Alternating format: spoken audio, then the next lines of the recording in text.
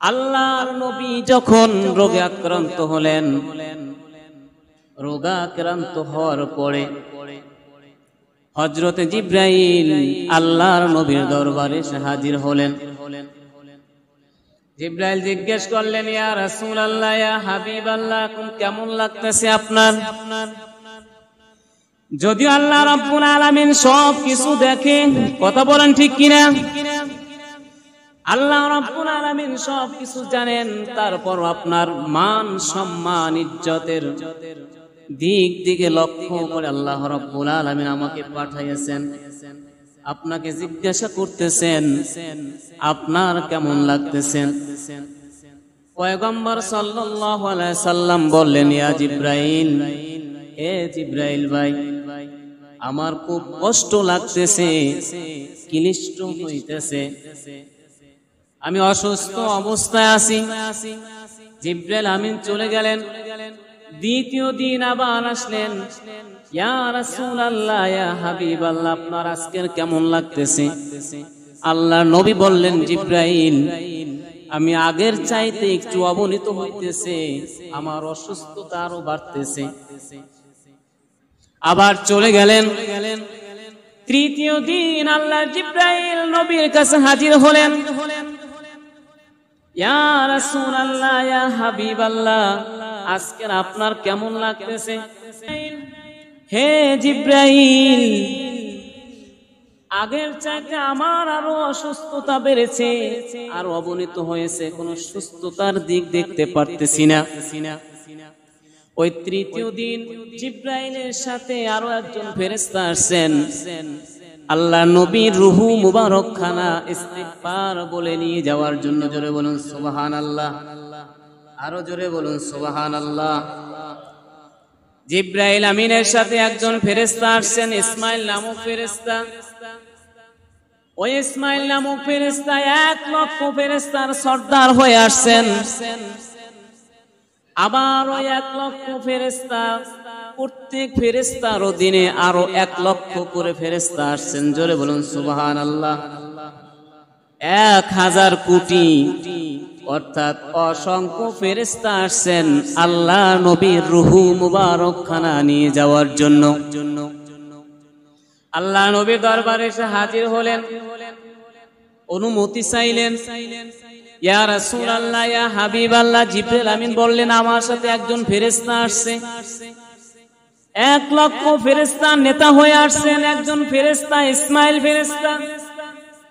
আবার ওই 1 লক্ষ ফেরেশতা, প্রত্যেকটা ফেরেশতার অধীনে আরো 1 লক্ষ করিয়া ফেরেশতা আসছেন। ইয়া রাসূলুল্লাহ, অগণিত ফেরেশতা আসছে, আপনার দরবারে এসে উপস্থিত হওয়ার জন্য অনুমতি চাই। আপনি যদি অনুমতি দেন তাহলে তারা ভিতরে প্রবেশ করবে। আল্লাহর নবী অনুমতি দিলেন। জিজ্ঞাসাবাদ করলেন, ইয়া রাসূলুল্লাহ, কি অবস্থা? জিবরাইল আমিন বললেন, হুজুর, আরো একজন ফেরেশতা ঘরের বাইরে দাঁড়াই আছেন, দরজার কিনারায় দাঁড়াই আছেন, যদি অনুমতি দেন ভিতরে প্রবেশ করবে, অনুমতি না দিলে ওখান থেকে চলে যাবে। জোরে বলেন আল্লাহু আকবার, আরো জোরে বলেন আল্লাহু আকবার। এ দুনিয়ার যত জায়গায় আল্লাহ সাল্লাম আসেন, কোথাও অনুমতি চান নাই, একমাত্র নবীজির ঘরের দরজার কিনারায় গিয়ে অনুমতি চাই। কেমন নবী আল্লাহ আমাকে পাঠাইছেন, আপনাদেরকে দান করছেন, কেমন নবী আমাদেরকে আল্লাহ রাব্বুল আলামিন দান করছেন, কেমন মায়ার নবী আল্লাহ পাঠায় দিয়েছেন দুনিয়ার বুকে। যে নবীজির দরবারে আজরাইল আলাইহিস সালাম পর্যন্ত অনুমতি চায়, দুনিয়ার কোথাও অনুমতি চান নাই। এবং জিবরাইল আমিন বললেন, রাসূলুল্লাহ সাল্লাল্লাহু আলাইহি ওয়াসাল্লাম, আপনার আগে যত জায়গায় গিয়েছে কারো নিকট অনুমতি চান নাই, আপনার পরে যত জায়গায় যাইবে কারো নিকট অনুমতি চাইবে না।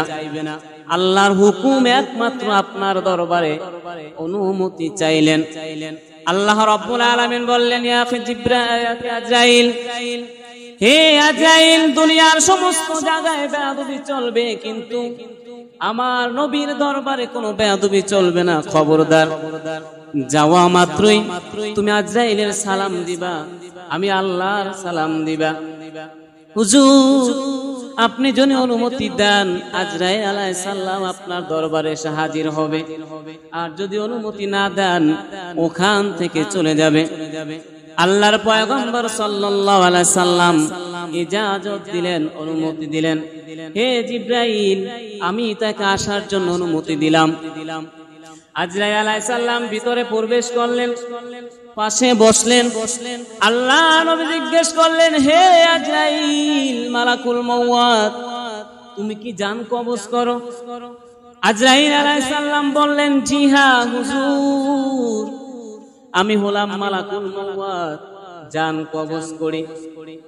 আল্লাহ রাব্বুল আলামিন আমাকে আপনার নিকট পাঠাইছে, আপনি যদি অনুমতি দেন আপনার রূহ মুবারক খানা কবজ করব।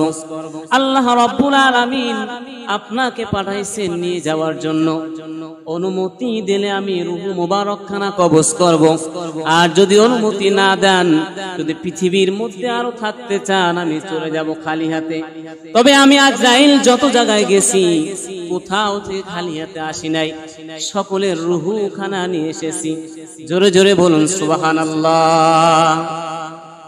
হুজুর, যদি অনুমতি দেন আপনার রূহ মুবারক খানা কবজ করব, অনুমতি না দিলে চলে যাব।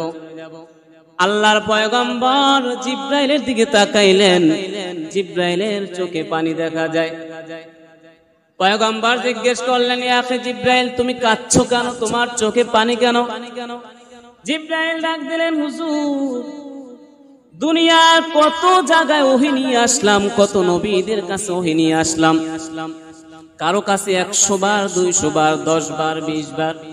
হুজুর, আপনার কাছে 100 বার নয়, 1000 বার নয়, আপনার কাছে 24,000 বার ওহী নিয়ে আসলাম। আজকে যদি আপনি দুনিয়া থেকে চলে যান, আমি কার কাছে ওহী নিয়ে যাব? কার চেহারা মুবারক খানা দেখব?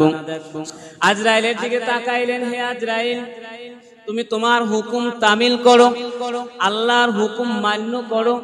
আল্লাহ যে হুকুম করেছেন সেই হুকুম তুমি তামিল করো। আজরাইল আলাইহিস সালাম নবীজির বক্ষের উপরে হাতখানা রাখলেন।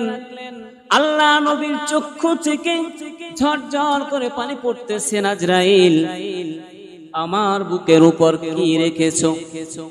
আল্লাহর আজরাইল বললেন, হুজুর, আপনার বুকের উপর মাত্র একটা হাত রেখেছি। আল্লাহ নবী বললেন, আজরাইল, তুমি আমার বুকের উপর একখানা হাত রাখছো, আমার মনে হয় 7টা জমিন, 7টা আসমান, সারা পৃথিবী আমার বুকের উপর চাপিয়ে দিয়েছো।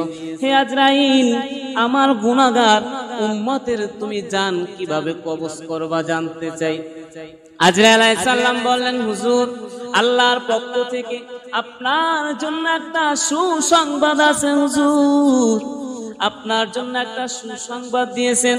আপনার গুনাহগার উম্মতের মধ্যে যারা নেককার হবে, যারা আপনার আদর্শের গলা মালা ঝুলাইবে, যারা আপনার হুকুম মোতাবেক চলবে, যারা কোরআন মোতাবেক চলবে, হাদিস মোতাবেক চলবে, সুন্নতের পাবন্দি হবে, এক কথায় যারা নেককার হয়ে মৃত্যুর সামনে হাজির হবে, হুজুর, আল্লাহ রাব্বুল আলামিন জানাই দিয়েছেন তার মৃত্যুটা এমন হবে, এমন ভাবে আসানে হবে। পৃথিবীর মধ্যে মা যখন সন্তানকে দুধ খাওয়ায়, দুধ খাইতে খাইতে যখন সন্তান ঘুমিয়ে যায়, আর সন্তানের মুখ থেকে যখন দুধের বোটা সরাই ফেলে বাচ্চা টের পায় না, আপনার গুনাহগার উম্মতের মৃত্যুটা এমন হবে, আপনার গুনাহগার ওই নেককার উম্মতরা টের পাইবে না যে তার কখন মৃত্যু হয়েছে। জোরে বলুন সুবহানাল্লাহ।